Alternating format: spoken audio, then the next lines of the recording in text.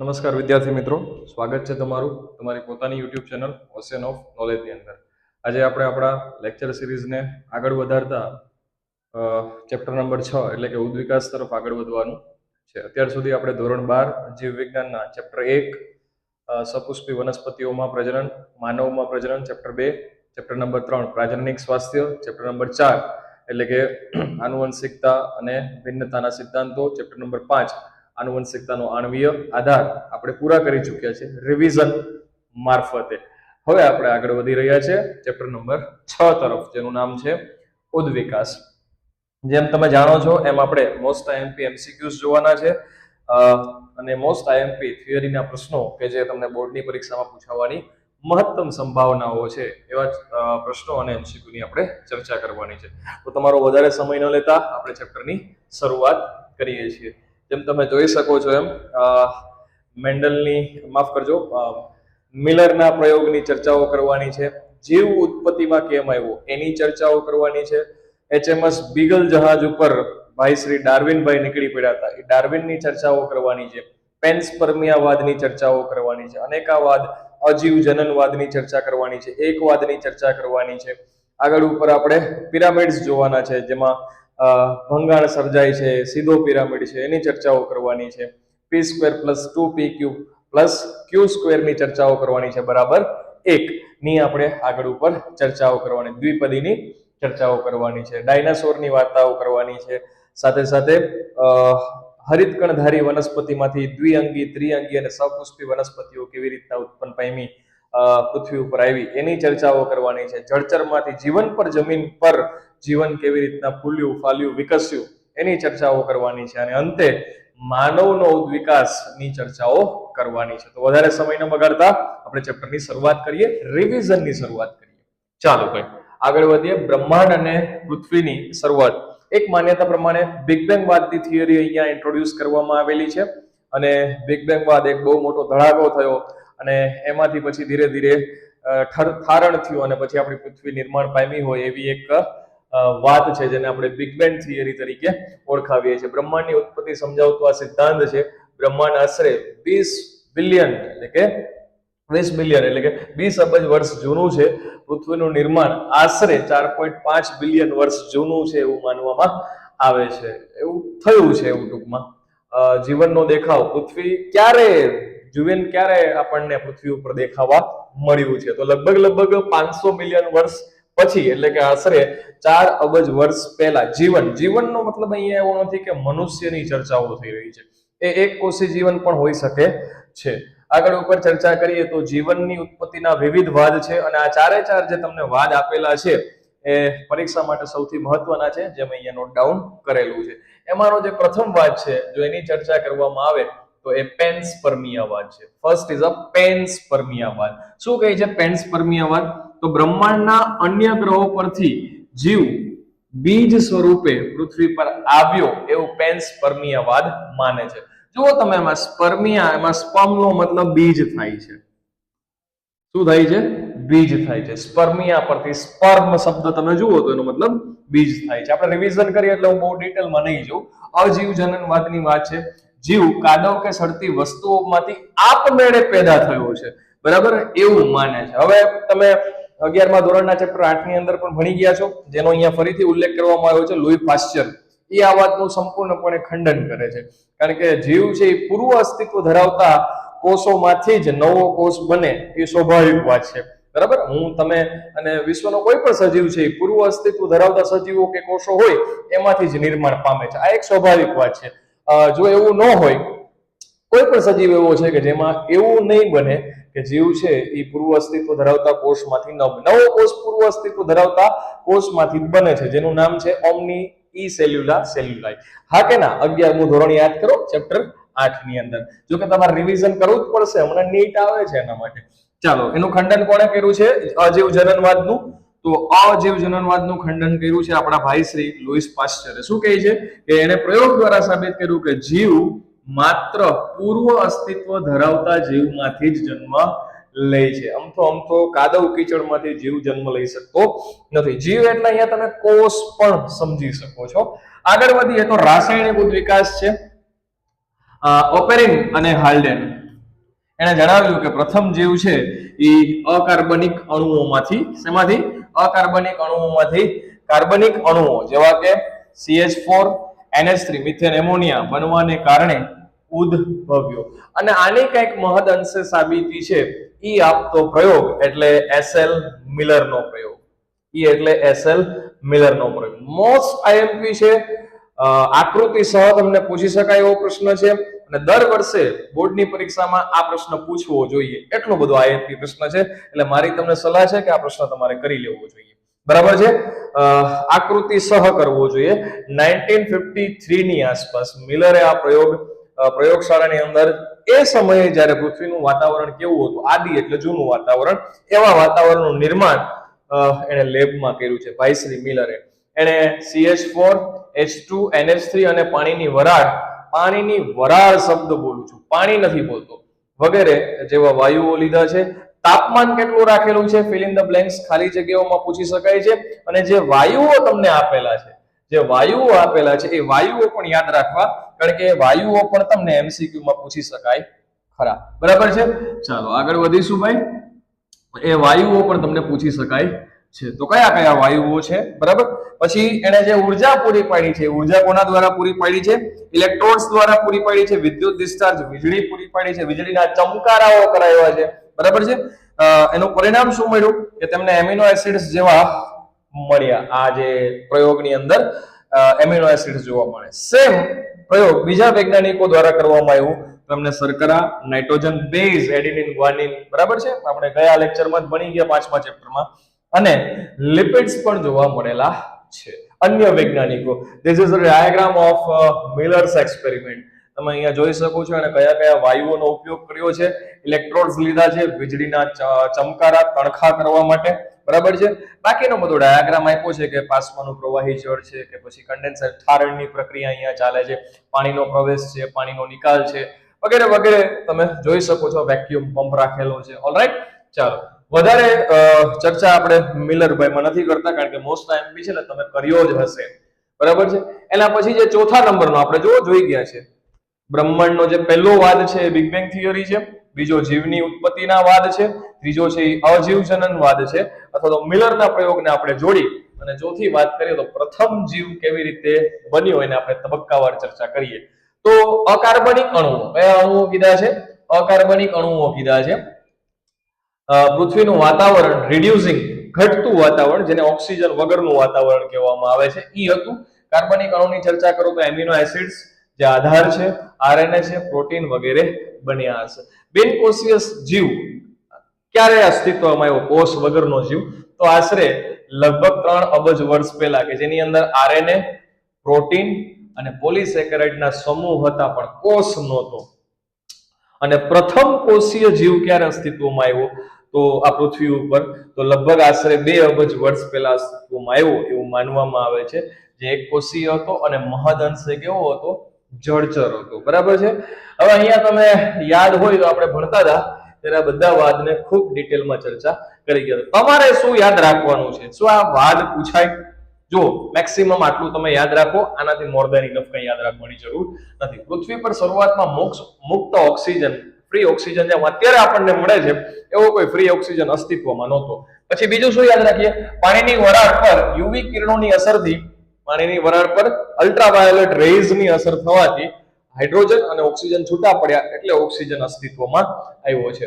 ઓપેરિન અને હાલ્ડેનનો સિદ્ધાંત એવું કહે છે કે પૂર્વ અસ્તિત્વ ધરાવતા અજીવ, યાદ રાખજો, અહીંયા મોસ્ટ ઇમ્પોર્ટન્ટલી યાદ રાખજો, ભૂલમાં 11 ના ફ્લોમાં કોષનો લખતા અહીંયા લખેલું છે અજીવ કાર્બનિક અણુમાંથી જીવ સજીવ અસ્તિત્વમાં આવ્યો હોય એવું માનવામાં આવે છે.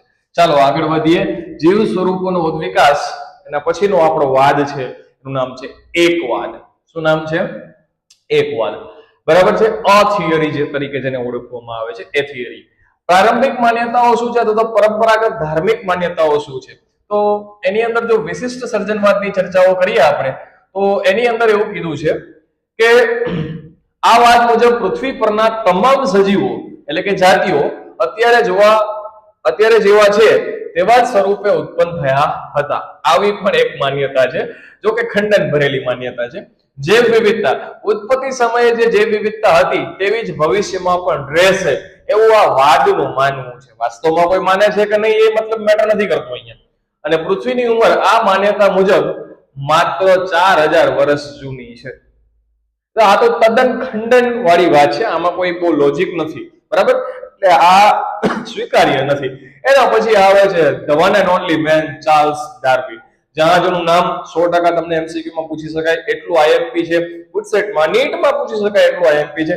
એચએમએસ બીગલ અને યુદ્ધ જહાજ હતું, યાદ રાખજો. અને એચએમએસ બીગલ કયા ટાપુ ઉપર ભાઈ ફરવા ગયા હતા, અભ્યાસ કરવા ગયા હતા, એ પણ આપણે પૂછી શકાય છે. ડાર્વિને આ દરિયાઈ જહાજમાં વિશ્વ ભ્રમણ દરમિયાન કરેલા અવલોકનોના આધારે નવા વિચારો રજૂ કર્યા છે ભાઈ, અને એને એટલે તો એનું યોગદાન બહુ મોટું છે. એનું મુખ્ય કારણ છે કે અત્યારે અસ્તિત્વ ધરાવતા સજીવો માત્ર એકબીજા સાથે જ નહીં પરંતુ કરોડો વર્ષ પહેલા અસ્તિત્વ ધરાવતા સજીવો સાથે પણ સમાનતા ધરાવે છે. પછી ધીરે ધીરે ઉદ્વિકાસ છે ક્રમિક પ્રક્રિયા છે. તમે ચેપ્ટરની શરૂઆતનું ઇન્ટ્રોડક્શન વાંચો ને તો તમને જોવા મળે. આમ તો 10મા ધોરણમાં ઉદ્વિકાસ આવતું હતું, હવે તો રિડ્યુસ કરી નાખ્યું છે અને કાઢી નાખ્યું છે ઇવોલ્યુશનને. પણ એની અંદર જે ઉદ્વિકાસની વ્યાખ્યા આપેલી છે નોટ ડાઉન કરી અને વાંચવા જેવી વ્યાખ્યા છે. એટલા માટે વાંચવા જેવી છે કે ત્યાંથી તમને સમજી શકાય કે ઉદ્વિકાસ છે ક્રમિક પ્રક્રિયા શું કામ કીધી છે. કરોડો વર્ષો લાગે, લાખો વર્ષો લાગે અને એક સજીવમાંથી નવા સજીવનું ઉત્પત્તિ અથવા તો જો એક સજીવમાંથી ફેરફાર થઈને નવો સજીવનું નિર્માણ પામવું એ લાખો કરોડો વર્ષોની પ્રક્રિયા છે. એટલે એને ક્રમિક પ્રક્રિયા તરીકે ઓળખાવી છે. સજીવોમાં સમય જતા ફેરફારો થયા છે અને ઘણી જાતિઓ લુપ્ત પણ થઈ ગઈ છે. એટલે હું તમને એવું કહી શકું કે આપણે એવા માણસો છે, અત્યારે આપણે એવા હોમો સેપિયન્સ છે કે આપણે ઘણી પ્રજાતિઓને જોઈ જ નથી, જેમ કે ડાયનાસોર. અને આ તો બધા જાણીતા લુપ્ત પ્રાય થયેલા સજીવો છે. એવા ઘણા સજીવો હશે કે જેને કોઈ ઓળખતું જ નહીં હોય અને લુપ્ત થઈ ગયા હશે. આના વિશે પણ એક વખત વિચારવું જરૂરી છે. ચાલો આગળ વધીએ. પ્રાકૃતિક પસંદગી આઈએમપી છે, પૂછી શકાય એવું છે. યોગ્યતા, ડાર્વિનના મતે યોગ્યતા એટલે શું? આવી રીતના તમને પ્રશ્ન પૂછી શકાય છે, બરાબર? તો એવા સજીવો જે પર્યાવરણ સાથે અનુકૂલન કેળવી શકે છે, કુદરતના જે નિયમો છે, સર્વાઈવલ ઓફ ફિટેસ્ટનો જે નિયમ પાડે છે, એટલે કે કુદરતના જે નિયમો છે એમાં એ પ્રજનન કરવા માટે સક્ષમ હોય, નવી સંતતિ પેદા કરવા માટે સક્ષમ હોય, અન્ય સજીવો સાથે સ્પર્ધા કરવા માટે સક્ષમ હોય, એની પસંદગી કુદરત કરે છે. અને એને જ પ્રાકૃતિક પસંદગી નેચરલ સિલેક્શન તરીકે ઓળખવામાં આવે છે. ઉદાહરણ તરીકે હું બહુ શોર્ટમાં તમને સમજાવું, બહુ ભાગમ ભાગ કરવાની મજા નથી, બહુ ટૂંકમાં તમને સમજાવું. એવું કહેવા માંગુ છું કે આપણે માણસ પ્રજાતિમાં એવું છે કે એક માતાને 2 સંતાન હોય અને બીજું સંતાન જો ખોડખાપણ હોય ને તો વાળું હોય તો માતા એને ત્યજી નથી દેતી. માં એને એટલો જ પ્રેમ કરે છે જેટલો એક સામાન્ય બાળકને પ્રેમ કરે છે. અસાધારણ બાળકને પણ એટલો જ પ્રેમ આપવામાં આવે જેટલો એક સાધારણ બાળકને સામાન્ય બાળકને પ્રેમ આપવામાં આવે. જ્યારે કુદરતની અંદર આવું નથી.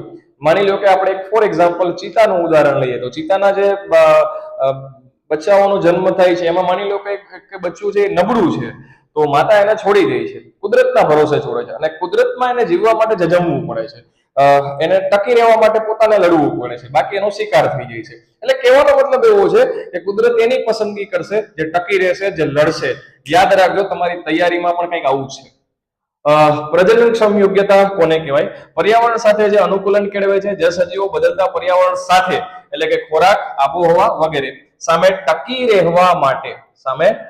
રહેવા માટે વધુ સક્ષમ હોય છે, તેઓ વધુ સંતતિ ઉત્પન્ન કરી શકે છે. અને એની જ પસંદગી કુદરત દ્વારા કરવામાં આવે છે.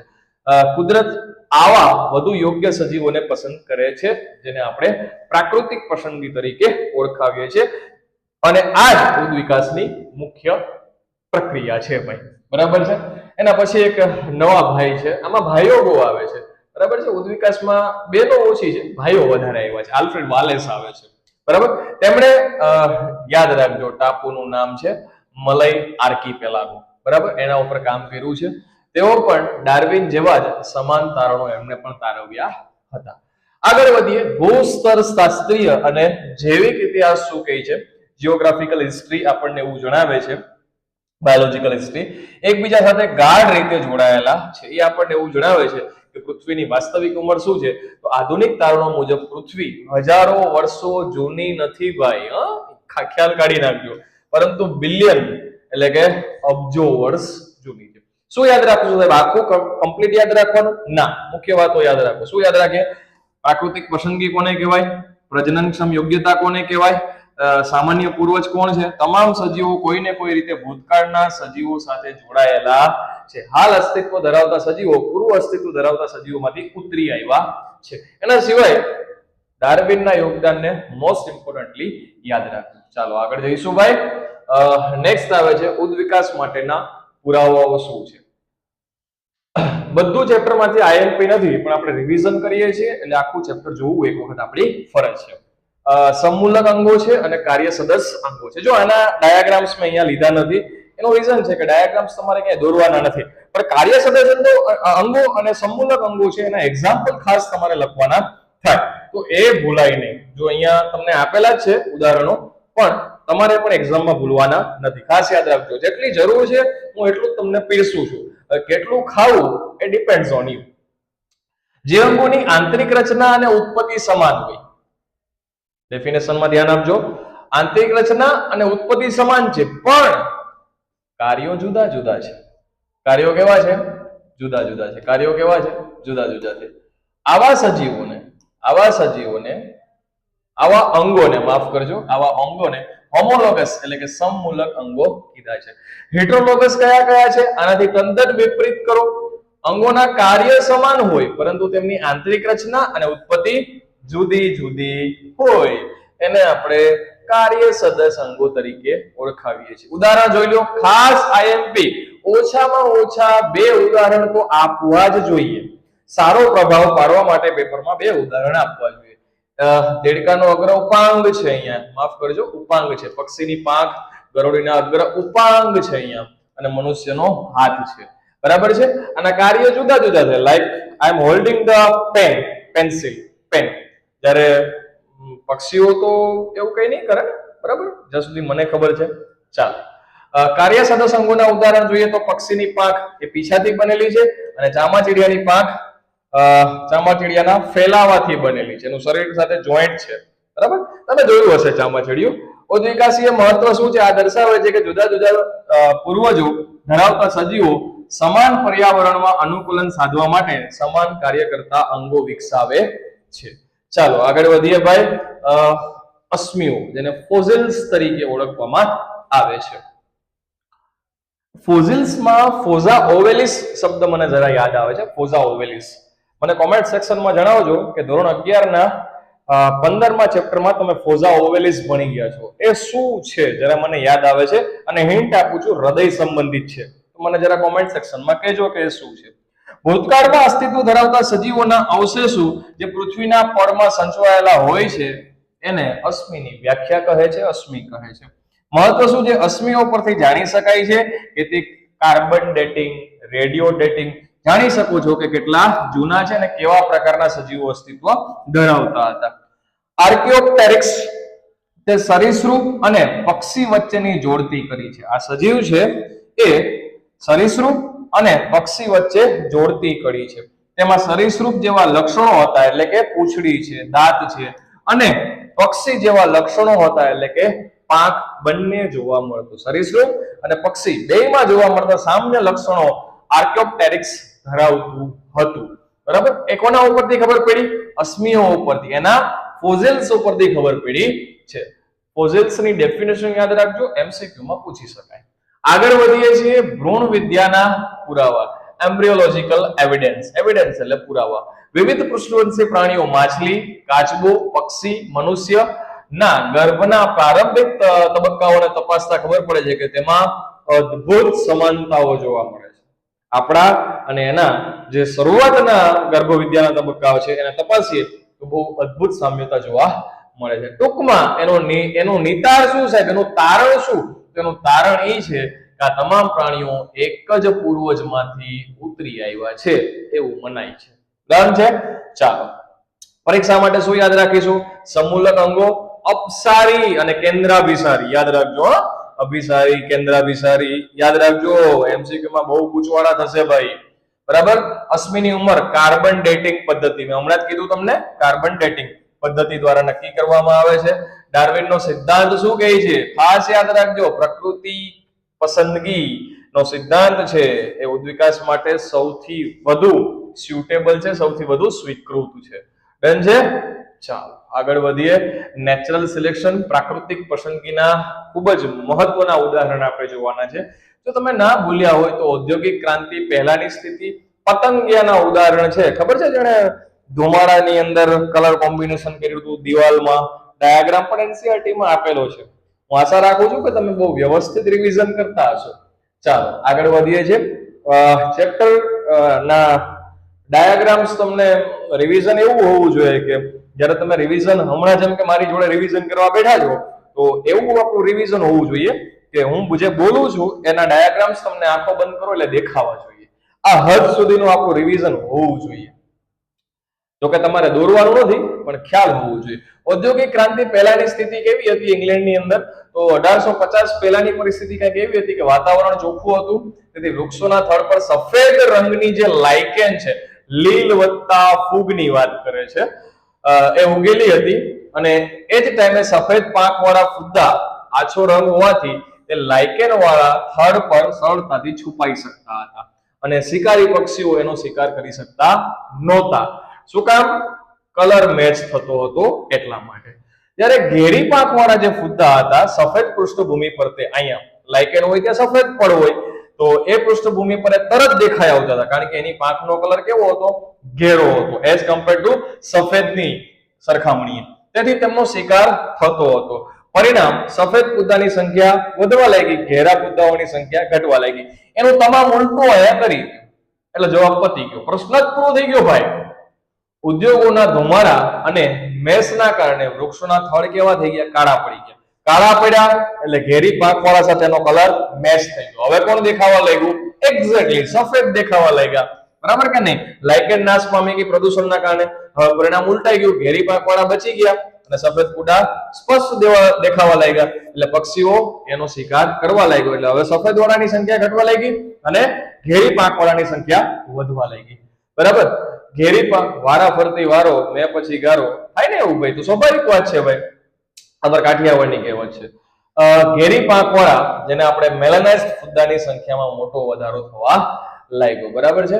ચાલો સમયનું ચક્ર ફરે ભાઈ. પેલા સફેદ વાળા ની સંખ્યા વધવા લાગી, કાળા વાળા ઘટવા લાગ્યા. હવે કાળા વાળાની સંખ્યા વધવા લાગી અને સફેદ વાળાની સંખ્યા ઘટવા લાગી. સમયનું ચક્ર ફરે છે કે નહીં? ચાલો એટલે ધ્યાન રાખવું ભાઈ, આપણે ક્યાંક ખોટું કરતા હોય તો થોડું ધ્યાન રાખવું કે આપણી સાથે પણ એવું થઈ શકે છે. એસ્પાયરન્ટ્સ એટલે આપણે મહેનતમાં ધ્યાન રાખવાનું છે. બરાબર? હવે મુખ્ય કારણો છે, કોન્સેપ્ટ શું છે આપણે સમજી લઈએ. અનુકૂલન કોને કહેવાય? બરાબર? જે સજીવ બદલાતા પર્યાવરણ મુજબ અનુકૂલન સાધી લે. મને આવું નહીં ફાવે, મારાથી આમ નહીં ભાઈ, ફાવે અને કરવાનું જ હોય. અનુકૂલન કેળવી લેવાનું હોય જો ટકી રહેવું હોય તો. એને આપણે ટૂંકમાં સાદી ભાષામાં અનુકૂલન એટલે શું ભાઈ? અમુક પરિસ્થિતિઓ બદલાય એટલે આપણે પોતે નથી નાટક કરવા લાગતા, આમ થોડું થાય મારાથી, આમ નહીં થાય, હું થોડો કરવાનું જ હોય ને આપણાથી થાય છે. બરાબર છે? એક સિમ્પલ ઉદાહરણ, એને જ આપણે અનુકૂલન તરીકે ઓળખાવીએ છીએ. બરાબર છે?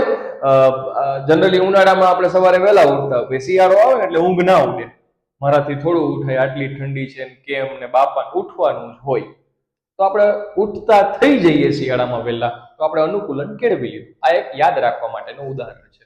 બરાબર? ઉદાહરણ તમને અહીંયા એનસીઈઆરટી આપણે આપે છે, છુપાવવા માટે રંગ બદલવું. બરાબર? રંગ બદલવાની જે કેરેક્ટરિસ્ટિક છે એ પ્રાણીઓમાં વધારે છે પણ મનુષ્ય જેટલી નહીં. એ તો હવે આપણા કરતા પ્રાણીઓ કરતા વધારે આપણે રંગ બદલવા લાગ્યા છે. હા કે નહીં? ચાલો આગળ વધીએ ભાઈ. પ્રાકૃતિક પસંદગીની ચર્ચા કરવી છે જે ઓલરેડી આપણે કરી ગયા છે. કુદરત એ જ સજીવને પસંદ કરે છે પર્યાવરણમાં ફિટ હોય છે. બરાબર? કોઈ પણ જાતિનો સંપૂર્ણ નાશ થતો નથી. યાદ રાખો કે પ્રદૂષિત વિસ્તારમાં પણ સફેદ ફુદ્દાની સંખ્યા ઓછી થઈ હતી, સંપૂર્ણ નાશ નહોતા પામી ગયા. સંપૂર્ણ નાશ તો લગભગ કોઈ જાતિનો થતો નથી. પરિસ્થિતિઓ બદલાય છે, કુદરતી રીતે પરિસ્થિતિઓ બદલાય છે અને સંપૂર્ણ જાતિનો નાશ થાય છે. ભારતની અંદર હાલમાં ચીતા આપણે બહારથી મગાવ્યા, આપણી પાસે એકેય ચીતા હતા જ નહીં, તો એ માનવની આડકતરી અસર હતી કે જેના કારણે ચીતાઓ નાશ પામી ગયા હતા. કુદરતી રીતે ચીતાઓની સંખ્યા ઘટી જ નથી. યાદ રાખજો આને. આપણે શિકાર જ એટલો બધો કર્યો હતો ચીતાઓનો. બરાબર છે? આપણે નહીં, આપણી પહેલાના મનુષ્યોએ, આપણા પૂર્વજો એટલે એ વાળા નહીં, પાછા જે આપણે ચેપ્ટરના અંતમાં જોશું એ વાળા નહીં. એન્થ્રોપોજેનિક એક્શન, જેને માનવ પ્રેરિત ઉત્ક્રાંતિ તરીકે ઓળખવામાં આવે. સિમિલર વર્ડ છે ભાઈ, સિમિલર વર્ડ છે, યાદ રાખજો આને. આ ઉદાહરણ અને હર્બિસાઇડ્સ, હર્બી દવા છોડમાં છાંટવાની, રાઈટ. ચાલો, પેસ્ટિસાઇડ્સ પેસ્ટ કંટ્રોલ કરવા માટે. સામે જીવાતોમાં આવતી પ્રતિકારક શક્તિ દવા છે. એ સાબિત કરે છે કે ઉત્ક્રાંતિ એ નિર્ધારિત પ્રક્રિયા નથી, પરંતુ તે પર્યાવરણ અને તકની ઘટનાઓ પર આધારિત સ્ટોકેસ્ટિક્સ પ્રક્રિયા છે. આમ અચાનક થઈ જાય, તમે એમાં કઈ ખડિયું કરો તો આ બધી ઘટના ઘટતી હોય છે. સાહેબ બધું યાદ રાખવાનું ના ભાઈ ને. શું યાદ રાખો? લાઇકેન શું છે? પ્રદૂષણ સૂચક છે. એમસીક્યુ માટે યાદ રાખો. નેચરલ સિલેક્શન, જેને આપણે પ્રાકૃતિક પસંદગી કહીએ છીએ, એને યાદ રાખો. બરાબર. કેમોફ્લેજ, લ્યો આવી ગયો ને કેમોફ્લેજ, રંગ બદલતી, શું કહેવાય એને? કોમેન્ટ કરજો જરા. ચાલો, જેના ઉપર મૂકો એવો રંગ પસંદ કરી લે, કોમેન્ટ કરજો મને. ચાલો, શું છે ભાઈ આગળ? પછી અનુકૂલિત પ્રસરણ છે. જ્યારે એક ભૌગોલિક વિસ્તારમાં એક જ પૂર્વ બિંદુથી શરૂ કરી અને વિવિધ જાતિઓના ઉદ્વિકાસની પ્રક્રિયા અન્ય ભૌગોલિક વિસ્તારો કે નિવાસ સ્થાનો સુધી પસરવાની ઘટનાને અનુકૂલિત પ્રસરણ તરીકે ઓળખવામાં. અહીંયા સજીવનો એક વિસ્તાર છે, એક સજીવનો વિસ્તાર અહીંયા છે. અહીંયા કંઈક આક્રમણ થાય છે, અહીંયા કંઈક સ્પર્ધા વધી જાય છે, એટલે અનુકૂલન સાધવા માટે અહીંના સજીવો અન્ય વિસ્તાર તરફ, અન્ય નિવાસ સ્થાન તરફ પ્રસરણ કરી જાય અને ત્યાં પોતાનું અનુકૂલન કેળવી લે, એને આપણે અનુકૂલિત પ્રસરણ તરીકે હાવ સાદી સિમ્પલ ટૂંકમાં સમજાવીશું. નહીતર આપણે નીટ ભણાવતા હોય તો પછી આને બહુ ખેંચીએ. આપણે ગુજરાત બોર્ડ છે, રિવિઝન કરીએ છીએ અને સટથી નીકળી જઈએ. એટલે હા ભાઈ. ચાલો, મુખ્ય ઉદાહરણો કયા કયા છે? ડાર્વિનની ફિંચ છે, ડાર્વિનની ફિંચ. આ ફિંચ ખરેખર ડાર્વિનની નથી, પણ ડાર્વિને એટલું બધું એના ઉપર કામ કર્યું કે એને પેલી પક્ષીની ચાંચ વાળું જે પક્ષી છે એને ફેમસ કરી દીધું. ડાર્વિન ફિંચ કહેવાય છે. સ્થળ ક્યાં છે? ગેલાપેગોસ ટાપુ ઉપર. HMS બીગલ વાળું અહીંયા ભાઈ ગયા હતા. મુખ્ય ફેરફાર ચાંચની વિવિધતા, કારણ છે ખોરાકની આદતોમાં ફેરફાર, પરિણામ મૂળ બીજ ખાનારી જે ફિંચ છે એ શું બની ગઈ? કીટભક્ષી બની ગઈ. શાકાહારી ફિંચનો અહીંયા ઉદ્વિકાસ થયો છે. ફરી પાછો એક વખત લઈએ આપણે આને. શું કહેવા માંગે છે ભાઈ? તો એવું કહેવા માંગે છે કે આ ટાપુ ઉપર ફિંચ રહેતી હતી, પક્ષી રહેતા હતા, અને એ ત્યાં બીજ ખાઈને પોતાનું જીવન ગુજારતા હતા. પણ ઘટના એવી ઘટે છે કે બધું એને અનુકૂલન મળી ગયું, એટલે ફિંચની જે જાતિ છે એમાં અચાનક ખૂબ જ વધારો થયો. બરાબર? કારણ કે અનુકૂલન એના પ્રમાણે નતા, પૂરતો ખોરાક હતો, વાતાવરણ બરાબર હતું, અન્ય શિકારીઓ નહોતા, એટલે ફિંચની સંખ્યા વધી ગઈ. પણ જેમ ફિંચની સંખ્યા વધી એમ બીજની સંખ્યા ઘટી. હવે એ પક્ષીઓએ અનુકૂલન કેળવું, બીજની સંખ્યા ઘટી, એટલે ધીરે ધીરે ધીરે ધીરે એ અન્ય કશીક વસ્તુ ખાવામાં, જો એને ખોરાકની આદતોમાં ફેરફાર કર્યા, ખોરાકની આદતોમાં ફેરફાર. તો તમે NCERT માં ડાયાગ્રામ જોજો, એની ચાંચના આકારમાં પણ ફેરફાર થયો છે, એની ચાંચના આકારમાં પણ ફેરફાર થયો છે. તો એને શું કર્યું કહેવાય? એને અનુકૂલન કેળવું કહેવાય. કારણ કે હવે બીજ ખાલી થઈ ગયા, તો બીજું કંઈક ખાઈને જીવવું પડશે. હા કે ના? ચાલો, એ પ્રમાણે એના પછી કોથળીધારી જે પ્રાણીઓ છે, જેને ઓસ્ટ્રેલિયન માર્સુપિયલ્સ તરીકે ઓળખવામાં આવે છે, એ તમને વધારે પડતા ઓસ્ટ્રેલિયા ખંડની અંદર જોવા મળે છે, એટલે તો એ ઓસ્ટ્રેલિયન કહેવાય છે. કાંગારૂ, કાંગારૂ આનું બેસ્ટ એક્ઝામ્પલ છે. કોથળીધારી છે ને. ચાલો, અને કાંગારૂ પાછું તમને મેં ત્યારે પણ કીધું હતું એ માત્ર ઓસ્ટ્રેલિયામાં જોવા મળે. જોયું તમે? બીજે ક્યાંય જોવા નહીં મળે. એમ અમારે અહીંયા ગીરમાં જે જોવા મળે છે એશિયાટિક લાયન, એ માત્ર ગીરમાં જોવા મળે, બીજે ક્યાંય જોવા ન મળે. એના માટે તમારે અહીંયા આવવું પડે. એશિયાટિક લાયનની વાત કરું છું, આફ્રિકન નહીં. ચાલો, વિશેષતા, એક જ પૂર્વમાંથી અનેક પ્રકારના કોથળીધારીઓ વિકસ્યા, જેમ કે કાંગારૂ, કોઆલા, તાસ્માનિયન મરુ વગેરે વગેરે વગેરે. એનું પણ એક આખું લિસ્ટ તમને NCERT માં આપેલું છે, એક વખત નજર કરી લેવી. શરત એવી છે આમાં કે આ ઉદ્વિકાસ માત્ર ઓસ્ટ્રેલિયાના ટાપુ ખંડ પૂરતો જ મર્યાદિત રહ્યો છે, અન્ય ક્યાંય નહીં. એટલે જ આને ઓસ્ટ્રેલિયન માર્સુપિયલ્સ તરીકે, ઓસ્ટ્રેલિયાના કોથળીધારી પ્રાણીઓ તરીકે ઓળખવામાં આવે છે. લઈશું ભાઈ આગળ. નેક્સ્ટ, અભિસારી ઉદ્વિકાસ કોને કહેવાય? અભિસારી ઉદ્વિકાસ કોને કહેવાય? કન્વર્જન્ટ છે. જો આને યાદ રાખવા માટે છે ને તમે કન્વર્જન્ટ શબ્દથી વધારે વાકેફ થઈ જાઓ તો તમે કન્વર્જન્ટ શબ્દને યાદ રાખો. કન્વર્જન્ટ શબ્દ, ફોર એક્ઝામ્પલ, તમારા ફિઝિક્સની અંદર આ લેન્સ આવે છે, કોન્વેક્સ લેન્સ, બહિર્ગોળ લેન્સ, બરાબર છે? તો અહીંયાથી રેઝ આવે તો આમ ભેગા થાય કે નહીં ભાઈ? તો આ કન્વર્ટ થયા કે નહીં? એટલે એને કન્વર્જન્ટ કહીએ. એનો મતલબ બધું એક જ જગ્યાએ આવતું હોય, બધું એક જ જગ્યાએ આવતું એને આપણે કન્વર્જન્ટ કહીએ. એના ઉપરથી તમે જો અહીંયા કયો એક જ જગ્યા એટલે કઈ ઓસ્ટ્રેલિયા, એક જ જગ્યા એટલે કઈ ઓસ્ટ્રેલિયા. તો જ્યારે અભિસારી ઉદ્વિકાસ પૂછે ને એટલે સમજી જવાનું કે ઓસ્ટ્રેલિયા ઓસ્ટ્રેલિયા ઓસ્ટ્રેલિયા જ આવે. બીજા એક ખંડની ચર્ચા જ નહીં કરવાની, કારણ કે આ બધું કન્વર્જન્ટ છે. બરાબર. ચાલો, જ્યારે એક થી વધુ અનુકૂલિત પ્રસરણ કોઈ અલગ ભૌગોલિક વિસ્તારમાં જોવા મળે, જેમ કે ઓસ્ટ્રેલિયા, ડન છે, અને જરાયું સસ્તનો, ત્યારે એને અભિસારી ઉદ્વિકાસ તરીકે ઓળખવામાં આવે છે. ઉદાહરણ તરીકે જરાયું જ્વારું અને તાસ્માનિયન મરુ દેખાવમાં સમાન, પણ ઉદ્વિકાસ કેવો છે એનો અલગ અલગ. ભાઈ આને એમસીક્યુ માટે યાદ રાખજે. ચાલો, આને એમસીક્યુ માટે યાદ રાખજો. આગળ વધીશું. પરીક્ષા માટે શું છે? એક જ પૂર્વજ બિંદુથી અલગ અલગ દિશામાં વિકાસ. પ્રક્રિયા કઈ છે? આ પ્રક્રિયા પર્યાવરણીય અનુકૂલનને કારણે થાય છે. તફાવત શું છે? જો સમાન લક્ષણો અલગ પૂર્વજોમાંથી વિકસે તો તે અભિસારી છે. ચાલો, રિવિઝન છે. આગળ વધીએ છીએ, માફ કરજો.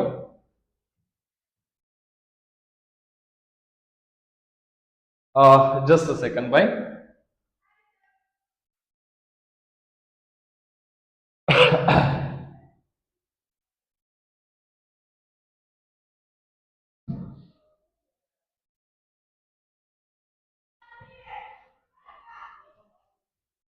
ચાલો, આગળ વધીશું. ચાલો, જૈવિક ઉદ્વિકાસની આપણે ચર્ચાઓ કરવી છે. શું કહે છે જૈવિક ઉદ્વિકાસ? તો ડાર્વિનવાદ છે, ડાર્વિનનો ઉદ્વિકાસ છે, એના મુખ્ય પાયા, એના બે કી કોન્સેપ્ટ છે જેની આપણે આજે ચર્ચા કરવાની છે. ડાર્વિનનો ઉદ્વિકાસ છે મુખ્યત્વે બે ખ્યાલો પર આધારિત છે. એક શાખાકીય અવતરણ અને બીજું પ્રાકૃતિક પસંદગી. પ્રાકૃતિક પસંદગી આપણે જોઈ ગયા છે. સજીવો સમાન પૂર્વજમાંથી ઉતરી આવ્યા છે અને સમય જતા અલગ અલગ શાખાઓમાં વહેંચાયા છે. હિન્ટ તમને આપું છું. બિલાડી, અને બિલાડી પછી આગળ ઉપર એની જ જાતિમાં આવતા હોય એવા ઘણા ઉદાહરણ તમે જોયા હશે. સિંહ, વાઘ વગેરે વગેરે. પ્રાકૃતિક પસંદગી, પ્રકૃતિ માત્ર એવા જ સજીવોને પસંદ કરે છે જે પર્યાવરણ સામે ટકી રહેવા માટે અનુકૂલિત હોય, ફિટ હોય. કેવા હોય? ફિટ હોય. ચાલો, અનુકૂલિત પ્રસરણની ચર્ચાઓ કરીએ. એક જ ભૌગોલિક વિસ્તારમાં એક જ પૂર્વજમાંથી શરૂ કરી અને જુદા જુદા વિવિધ જાતિઓ, આપણે એની ચર્ચા હમણાં કરી ગયા છે. હા, યાદ રાખો લેમાર્કવાદ. શું કહે છે લેમાર્કવાદ? અંગોનો ઉપયોગ અને બિન ઉપયોગ, એના ઉપર લેમાર્કવાદ ટકેલો છે. જીરાફે ઊંચા ઝાડના પાંદડા ખાવા માટે પોતાની ગરદન લાંબી કરી, જે લક્ષણ પછીથી એની પેઢીમાં ઉતરી આવ્યું. એવું ન હોય.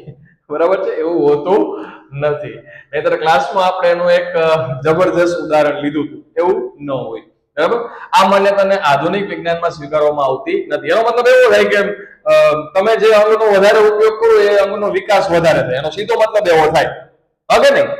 હવે આપણે તો એટલી બધી આપણી જીભ વાપરીએ છીએ કે જીભની લંબાઈ એક્સ્ટ્રા ઓર્ડિનરી થવી જોઈએ.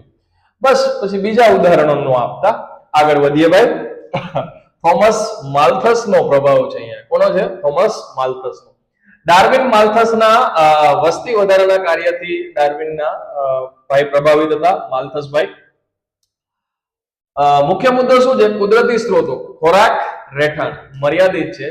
જ્યારે વસ્તી વધે છે ત્યારે સ્ત્રોતો માટે સ્પર્ધા થાય છે. જે સક્ષમ હોય તે ટકી રહે છે, બાકી બધા નાશ પામે છે. કહેવાનો મિનિંગ એવો છે ભાઈ માલ્થસભાઈનો કે વસ્તી જ્યારે ખોરાક, રહેઠાણ બધું બરાબર હોય ને ત્યારે વસ્તી વધવા લાગે. પછી ખોરાક મર્યાદિત થાય, વસ્તીમાં રહેઠાણ મર્યાદિત થાય, ખોરાક મર્યાદિત થાય અને વસ્તી વધે છે. આવા સમયગાળાની અંદર સજીવો ટકી રહેવા માટે સ્પર્ધા કરે, એકબીજા સાથે ઝઘડે, અને પછી એવા જ સજીવો ટકે કે જે કેવા હોય છે? સક્ષમ હોય છે. એટલે ઇનડાયરેક્ટલી આ વાત કેવી થઈ ગઈ? પ્રાકૃતિક પસંદગી જેવી. ઉદ્વિકાસની પ્રક્રિયાના તારણો શું છે? ભિન્નતા. વસ્તીના સભ્યોમાં લક્ષણોની ભિન્નતા હોય છે જે વારસાગત ઉતરી આવી છે, વંશાગત હોય છે. યોગ્યતમની જીવિતતા, જે સર્વાઈવલ હશે એને જ આપણે ફિટેસ્ટ માનવાના છે. જે સજીવો મર્યાદિત સ્ત્રોતોનો વધુ સારી રીતે ઉપયોગ કરી શકે છે, વધુ સંતતિ પેદા કરી શકે છે, તેઓ જ જીવી જાય છે, બાકી બધા મૃત્યુ પામે છે. એટલે કહેવાનો મિનિંગ એવો છે કે સમય જતા વસ્તીના લક્ષણોમાં ફેરફાર થાય છે અને નવી જાતિ ઉદ્ભવે છે. ટકવું બધાયને છે, લડવું બધાયને છે, જીવવું બધાયને છે, પણ કુદરત માત્ર એની પસંદગી કરે છે જે સક્ષમ છે, જે ટકી રહે છે, જે મહેનત કરે છે, જે સ્પર્ધા કરે છે, જે અન્યને હરાવે છે. આ એનો મૂળ હેતુ છે, મૂળ તારણ આ છે.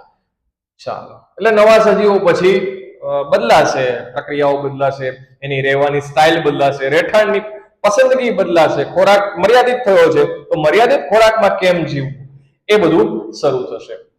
ઉદ્વિકાસની ક્રિયાવિધિ જોઈએ તો એની અંદર વિકૃતિ આવે છે યુગોદી વિશ્રના મતે, યુગોદી વિશ્રના મતે. અને આ પણ આઈએમપી છે ભાઈ, યુગોદો વિશ્ર પણ આઈએમપી છે.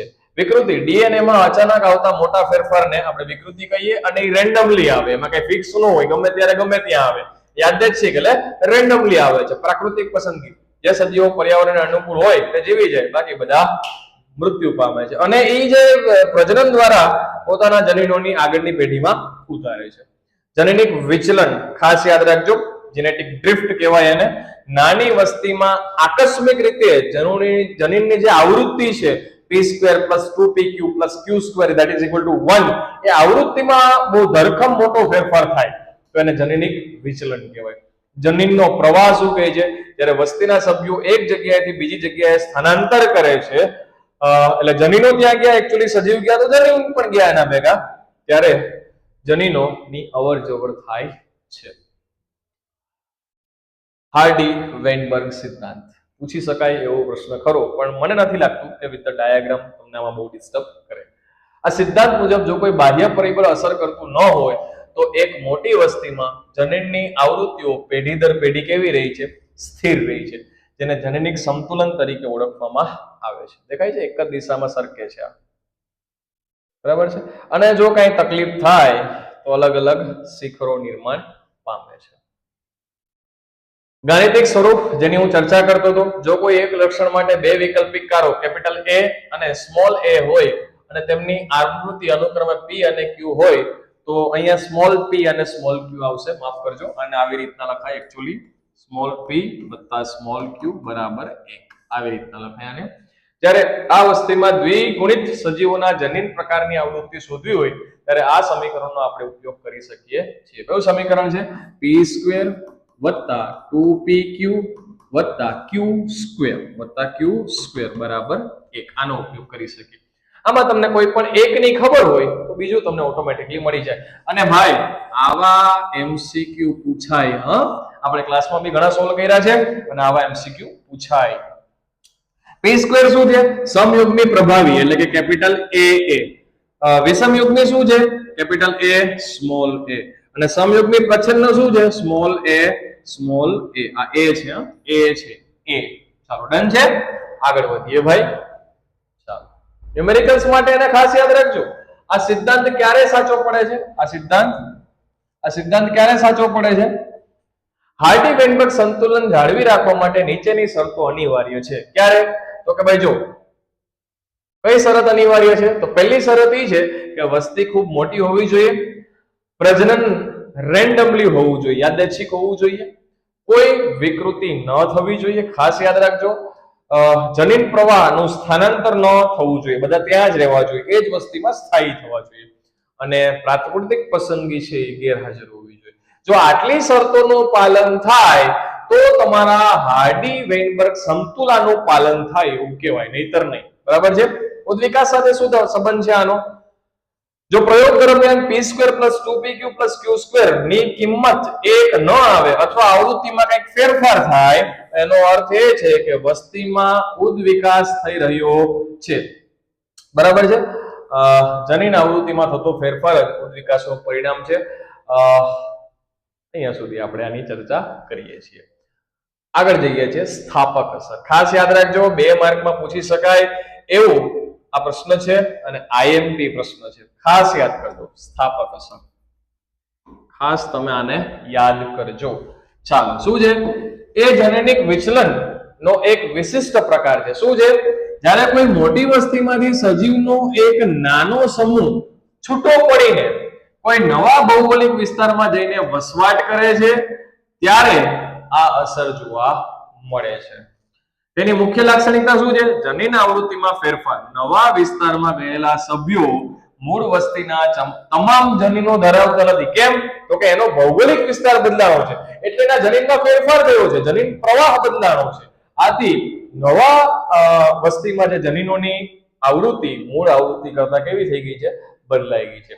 એટલે જેની મૂળ આવૃત્તિ હતી તે જનીનો વધારે છે, જે બીજી આવૃત્તિમાં બીજા ભૌગોલિક વિસ્તારમાં ગયા છે ત્યાં આવૃત્તિની સંખ્યા ઘટેલી જોવા મળે. તમને એને કીધું છે નાનો સમૂહ છૂટો પડે છે. કેવો સમૂહ?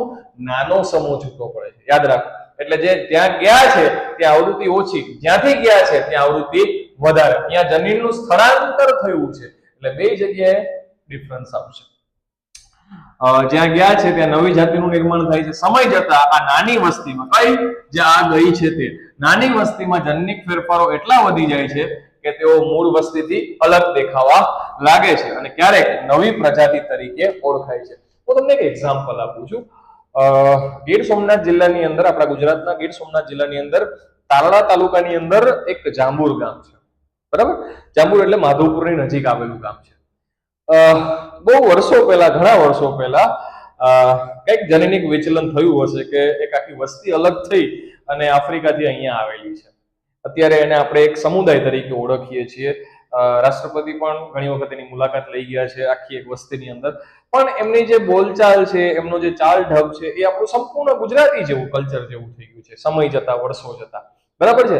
તમને એમને મળો તો ખાલી બાહ્ય દેખાવ સ્વરૂપે તમને એવું લાગે કે અહીંના નથી, એંગ્લો ઇન્ડિયન જેવી વાર્તા થઈ ગઈ છે, અહીંના નથી, મૂળ સાઉથ આફ્રિકાથી કદાચ આવેલા છે એવું આપણે જોઈને લાગે. તો આ શું છે, હવે અહીંયા સ્થાયી થઈ ગયા છે, અહીંના વિસ્તારમાં સ્થાયી થઈ ગયા છે. એમની માત્રા જૂજ છે, લઘુમતી કહી શકો એટલી જૂજ માત્રા છે, પણ અહીંયા સ્થાયી થઈ ગયા છે, અહીંના ભૌગોલિક વાતાવરણમાં વિકસિત થયા છે એટલે એના તમામ લક્ષણો અહીંની વસ્તી જેવા થવા લાગ્યા છે. જ્યારે મૂળ જે સાઉથ આફ્રિકાના લોકો છે એની સ્કિન અને આની સ્કિનમાં ડિફરન્ટ થઈ ગયું છે, ફેરફાર થઈ ગયો છે. પણ જે મૂળ બાહ્ય દેખાવ છે એમાં હજી એટલો બધો ફેરફાર જોવા મળતો નથી. એટલે ઓળખી શકો તમે. બસ આ તમે યાદ રાખશો તો આ એક્ઝેક્ટ એના જેવી સ્થાપક અસર છે. એક્ઝેક્ટ ઉદાહરણ અહીંયા ફિટ થાય છે, બરાબર છે. આ બીજી વખત આપણે એક્ઝામ્પલો ડિસ્કશન કરીએ છીએ. આની પહેલા પણ આપણે કરી ગયા છે. સ્થાપકો કોણ કોણ છે, આ કરવા માટેના જરૂરી સ્થાપકો કયા કયા છે, ફાઉન્ડર્સ કોણ કોણ છે?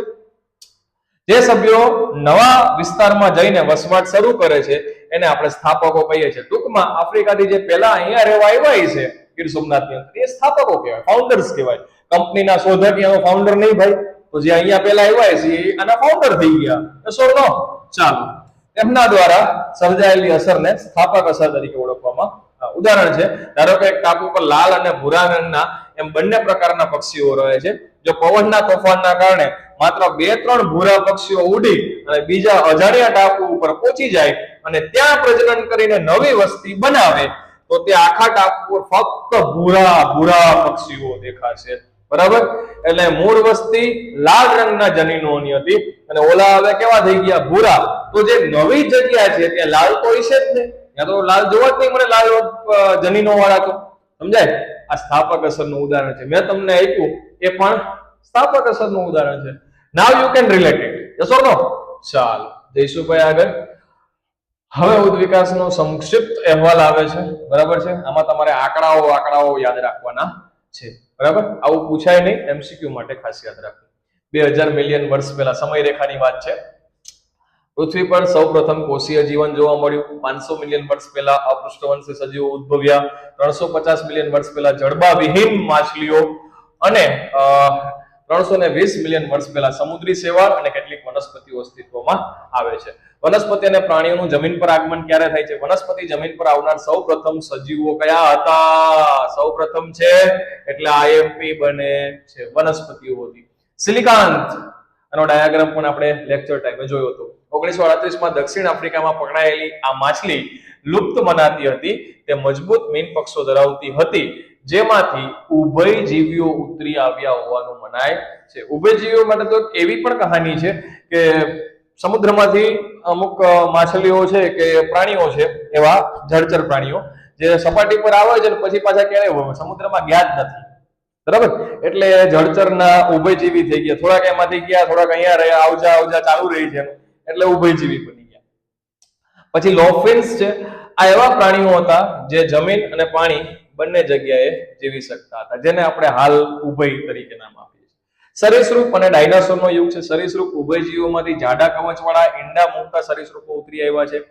ઇક્થિયોસોરસ આ તો લોકોનું ફેવરિટ હોય છે હે ને.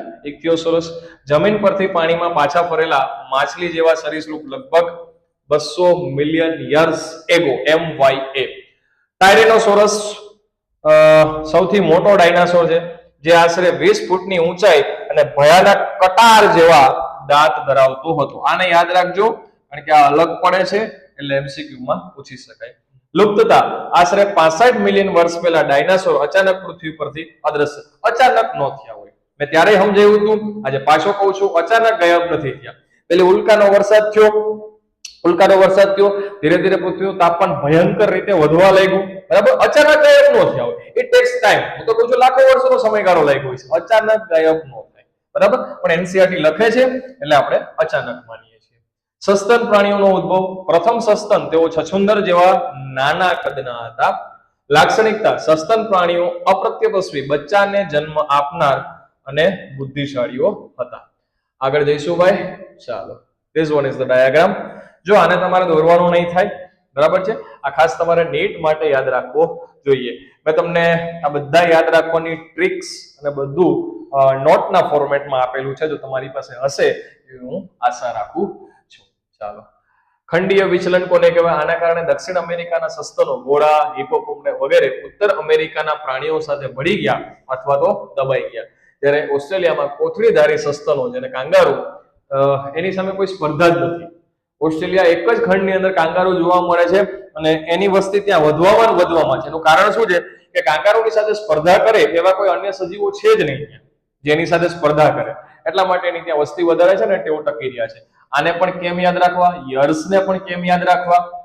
50-50 નો ફેર છે, જો તમે વાંચો 50. આ બધું મેં તમને આપેલું છે, બરાબર છે. આને પણ કેમ યાદ રાખવા? આને પણ શોર્ટ ટેક્સ બધી તમને આપેલી છે, બરાબર છે. ચાલો, આ તમે ફોટો લઈ શકો છો તમારા યાદ માટે, પણ આપણે જે ઓલરેડી લખાવેલું છે તે આના કરતા પણ કદાચ ઈઝી છે. ચાલો, પરીક્ષા માટે ખાસ તમારે યાદ રાખવાનું છે 350 મિલિયન વર્ષ પહેલા માછલી, 65 મિલિયન વર્ષ પહેલા ડાયનાસોર લુપ્ત અને પ્રથમ સસ્તન જેને છછુંદર કહેવાય એવા હતા. તે મુદ્દાઓ વારંવાર પૂછાય છે, બરાબર. ચાલો, માનવ ઉદ્વિકાસનો ક્રમ આ તો છે જ, આ પૂછી શકાય એવો પ્રશ્ન છે હો ભાઈ. એટલે આને ક્યાંક ઇગ્નોર ન કરતા બાકી બધા મુદ્દાઓની છે. આને ખાસ યાદ રાખજો. માનવ ઉદ્વિકાસની અંદર સૌથી પહેલા ડ્રાયોપિથેક્સ છે. આશરે 15 મિલિયન વર્ષ પહેલા અસ્તિત્વ ધરાવતા, જે દેખાવમાં વધુ એપ એટલે વાનર જેવા હતા. મને કોમેન્ટ સેક્શનમાં જણાવજો કે આ ચેપ્ટર સિવાય બીજા કયા ચેપ્ટરમાં એપ નો ઉલ્લેખ છે. એપ માદા પ્રાઇમેટ, એપ નો ઉલ્લેખ બીજા કયા ચેપ્ટરમાં છે? મને કોમેન્ટ સેક્શનના અંદર જણાવજો.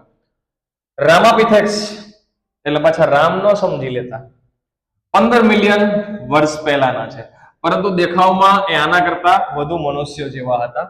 ઓસ્ટ્રેલોપિથેક્સ છે, આશરે 2 મિલિયન વર્ષ પહેલા પૂર્વ આફ્રિકાના ઘાસના મેદાનમાં રહેતા હતા અને હથિયારોથી શિકાર કરતા હતા એવું મનાય છે. પછી હોમો હેબિલિસ છે, પ્રથમ માનવ જેવો સજીવ. હોમોનિડ યાદ રાખજો. તેમની મગજની ક્ષમતા 650 થી 800 સીસી. ક્રેનિયલ કેપેસિટી યાદ રાખજો. અને આવા જ MCQ પૂછાય આમાંથી. આખો પ્રશ્ન ન પૂછવો તો MCQ કાઢી લે, અથવા જોડકા જોડો એના સ્વરૂપે MCQ કાઢી લે એટલે એનું કામ થઈ ગયું, બરાબર છે. ચાલો, તેઓ માંસ ખાતા હતા. સોરી, કોણ છે? હોમો હેબિલિસ માંસ નહોતા ખાતા, માફ કરજો. હોમો ઇરેક્ટસ છે, આશરે 1.5 મિલિયન વર્ષ પહેલા અસ્તિત્વમાં આવ્યા. તેઓ સીધા ટટ્ટાર ચાલતા હતા અને તેમની મગજની ક્ષમતા છે 900 સીસી ની આસપાસની હતી. નિએન્ડરથલ માનવ 1 લાખ થી 40,000 વર્ષ પહેલા પૂર્વ અને મધ્ય એશિયામાં જોવા મળ્યા.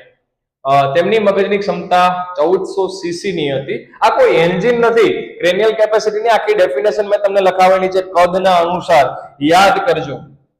અને તેઓ શરીરનું રક્ષણ કરવા માટે પ્રાણીઓની ખાલનો ઉપયોગ કરતા હતા અને મૃતદેહ જે એમના સજીવના સગાવાલાના હતા એને દાટતા હતા.